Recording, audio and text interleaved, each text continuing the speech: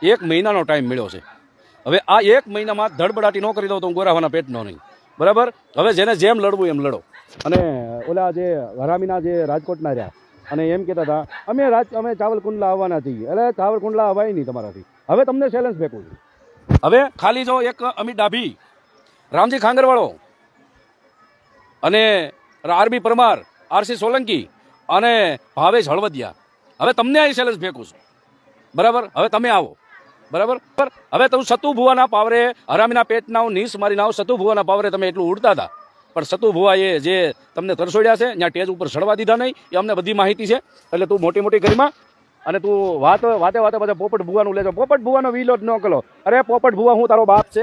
હે, એક સમાજને જે સમાજની દીકરીને વાઘરેણ કીધી છે, સમાજની બેન દીકરીને ઇજ્જત કાઢી છે, એને સપોર્ટ કરવા જાવ છો તમે? હરામીના પેટના જે સમાજની બરબાદી કરે છે, સમાજને એક વસ્તુ કે જે ખરાબ બોલે છે, સમાજને નીચું દેખાડે છે, એને તમે સાથ અને સહકાર આપો છો?